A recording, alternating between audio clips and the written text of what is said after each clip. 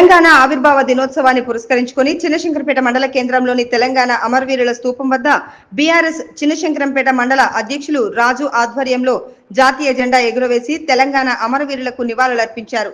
BRS మండల అధ్యక్షులు రాజు, BRS జిల్లా నాయకులు లక్ష్మారెడ్డిలు మాట్లాడుతూ 14 సంవత్సరాలు సుదీర్ఘ పోరాటం చేసి తెలంగాణ ప్రజలందరినీ ఏకతాటిపైకి తెచ్చి తెలంగాణ సాధనే లక్ష్యంగా పోరాటం చేసిన గొప్ప వ్యక్తి కేసీఆర్ అని, ఎంతో మంది అమరుల త్యాగ ఫలమే తెలంగాణ రాష్ట్రం ఏర్పాటు కావడం జరిగిందని వారన్నారు.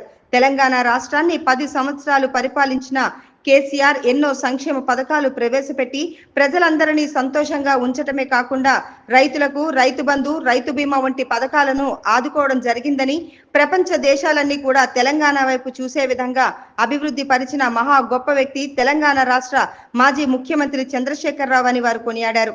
రైతు చనిపోతే ఆ కుటుంబం వీధిన పడకుండా ఉండే ఉద్దేశంతో రైతు బీమా పేరుతో రైతు ఖాతాలలో 5 లక్షల రూపాయలు జమ అయ్యేవని, బీఆర్ఎస్ అధికారంలో ఉన్నప్పుడు జీలుగ విత్తనాలు 1150 రూపాయలు ఉంటే ప్రస్తుతం 2300 రూపాయలు ఉందని రైతులు గమనించాలని, గతంలో కంటే అధిక ధరలకు జీలుగు విత్తనాలు అమ్మడమే కాకుండా సరైన సమయంలో కూడా విత్తనాలు అందడం లేదని వారు మండిపడ్డారు. ఈ కార్యక్రమంలో చిన్నశంకరంపేట సొసైటీ చైర్మన్ అంజిరెడ్డి, మాజీ ఎంపీటీసీ వెంకటేశం, బీఆర్ఎస్ మండల అధ్యక్షుడు రాజు, బీఆర్ఎస్ జిల్లా నాయకులు లక్ష్మారెడ్డి, శ్రీనివాస్ రెడ్డి, నరేష్, స్వామిరాజ్, బాగారెడ్డి, రవీందర్ రెడ్డి, సుధాకర్ నాయక్, లాలు నాయక్ తదితరులు పాల్గొన్నారు. జూన్ 2వ తేదీ అంటే తెలంగాణ రాష్ట్రం ఏర్పడిన రోజు. ఈనాడు మనకంటే ముందు కొంతమంది నాయకులు మాట్లాడేది తెలంగాణ గురించి తెలియదు. వాడు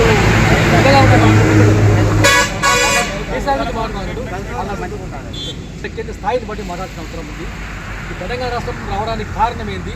కేసీఆర్ గారు 14 ఏళ్ళ సుదీర్ఘ పోరాటంలో వచ్చినటువంటి తెలంగాణను అబాస్ పాలు చేసే ప్రయత్నం చేస్తూ ఉన్నారు. ఈనాడు ముఖ్యమంత్రి రేవంత్ రెడ్డి చేస్తున్న కార్యక్రమాలు ఏంటి, ఆయన ఇచ్చిన హామీలు ఏంటి, ఆయన అమలు చేసిన హామీలు ఏంటి, ఇంతవరకు ఏదైనా ఒక అమలు చేసిన గ్యారంటీ ఉందా? ఆయన చేసిన గ్యారంటీలో ఏదైనా ఒక అమలు చేసింది ఉందా? మరి ఆనాడు కేసీఆర్ గారు 7,000 కోట్లు అప్పు చేసి అంటున్నారు. మరి ఒక సంవత్సరంలో 8,000 కోట్లు అప్పు చేసింది రేవంత్ రెడ్డి. అది చెప్పాలి వీళ్ళు కాంగ్రెస్ నాయకులు, అది చెప్పడం లేదు. ముఖ్యమంత్రి చేస్తున్నటువంటి అసాంఘిక కార్యక్రమాలు ఏం చేస్తా ఉన్నాం అవన్నీ కూడా మేము ఖండిస్తా ఉన్నాం. తెలంగాణ రాష్ట్ర ప్రభుత్వం తరఫున మేము చేస్తూ ఉన్నాం. మళ్ళీ రాబోయే రోజులలో మళ్ళీ 3 ఏళ్లలో కేసీఆర్ గారి ప్రభుత్వం రాబోతూ ఉంది, టీఆర్ఎస్ ప్రభుత్వం రాబోతూ ఉంది. ఈ అవినీతి పాలన అయితే ఉందో, ప్రజాపాలన చెప్పుకుంటున్నటువంటి అవినీతి పాలన కాదు, ప్రజాపాలన కాదు, ప్రజాపక్ష పాలన. ఇది అవినీతికి సంబంధించిన పాలన.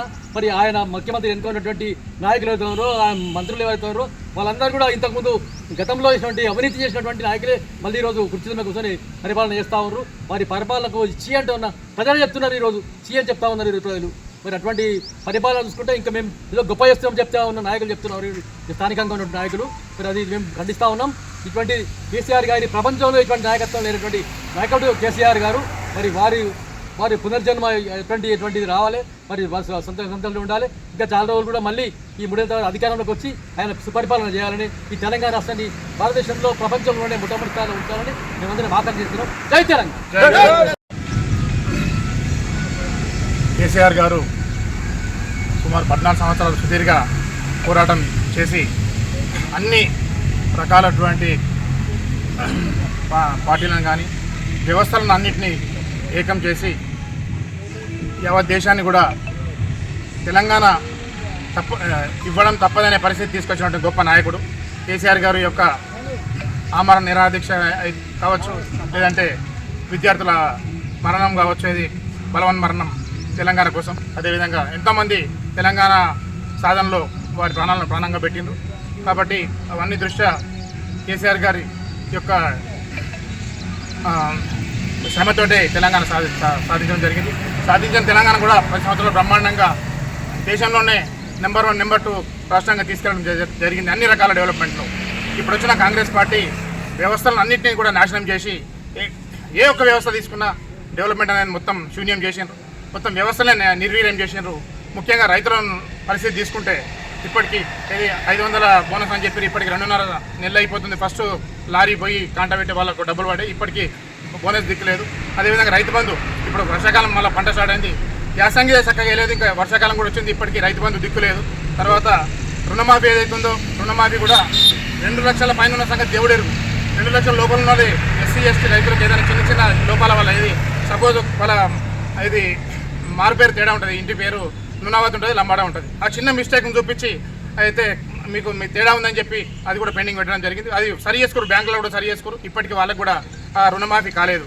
అంతేకాదు టీఆర్ఎస్ గవర్నమెంట్ ఉన్నప్పుడు ఏదైనా రైతు చనిపోతే ఏ రకంగా చనిపోయినా రైతు బీమా ద్వారా కనీసం ఒక 10-12 రోజుల లోపల వాళ్ళ యొక్క కుటుంబ సభ్యుల అకౌంట్లో డబ్బులు పడుతుండే, 5 లక్షలు పడుతుండే. అట్లాంటిది ఇప్పటికి 3 నెలలు, 3 నెలలు 4 నెలలు కూడా అయింది అప్లై చేసి, ఇప్పటికి 5 లక్షలు దిక్కులేదు. అంతేకాదు ఇంకొక ఎగ్జాంపుల్ రైతులు గమనించాలి. టీఆర్ఎస్ ప్రభుత్వంలో జీలుగా విత్తనాలు ఏదైతే ఉన్నాయో, జీలుగా విత్తనాలు సుమారు 1150 రూపాయల విత్తనాలు ఉంటే ఇవాళ చూసుకొని మీరు 2350 రూపాయల వరకు ఇప్పటికి అంటే డబుల్ రేటుతో పెంచి అమ్ముతారు. అది కూడా లిమిట్ అట, అది కూడా చాలా ఇది లిమిట్గా దాన్ని కూడా లిమిట్ చేసారు. అది డబుల్ రేట్ తోటి ఇట్లాంటి ఈ ప్రభుత్వం. అంతేకాదు ప్రతి రంగం, ఏ రంగం తీసుకున్నా రియల్ ఎస్టేట్ రంగం కుప్పకూలిపోయింది, వ్యాపార రంగం కుప్పకూలిపోయింది. ప్రతి రంగం, ఏ రంగం తీసుకున్నా నాశనం పట్టి ఒక మంచి జడ్ స్పీడ్తో పెడుతున్న డెవలప్మెంట్ను ఈ కాంగ్రెస్ పార్టీ వచ్చి ఏదైతే మన గొంతు విసినట్టుగా డెవలప్మెంట్ మొత్తం గొంతు విసికేసి కేవలం రేవంత్ రెడ్డి కుటుంబం, రేవంత్ రెడ్డి అన్నదమ్ములు ఏదైతే బట్టి విక్రమార్క కూడా ఒకటే నిదర్శనం. వీళ్ళ యొక్క ఏదైతే అవినీతి పాలనకు ఒకటే నిదర్శనం. బట్టి విక్రమార్క యొక్క వారి ఏది ఛాంబర్లో, మినిస్టర్ ఛాంబర్ దగ్గరికి పోయి 10%, 15% మేము ఇవ్వాలని చెప్పి కాంట్రాక్టర్లు ధర్నా చేశారంటే ఈ యొక్క కాంగ్రెస్ యొక్క అవినీతి పాలన ఎంత ఉందో అని చెప్పి ప్రజలు గమనించాలి. ఇప్పటికే గమనించారు. ఆల్మోస్ట్ 95% అయిపోయింది కాంగ్రెస్ పని. రేపు వచ్చేది ఖచ్చితంగా టీఆర్ఎస్ పార్టీ.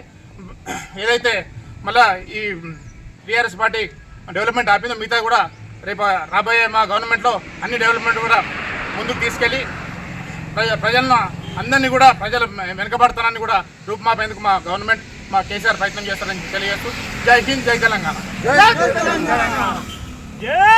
తెలంగాణ.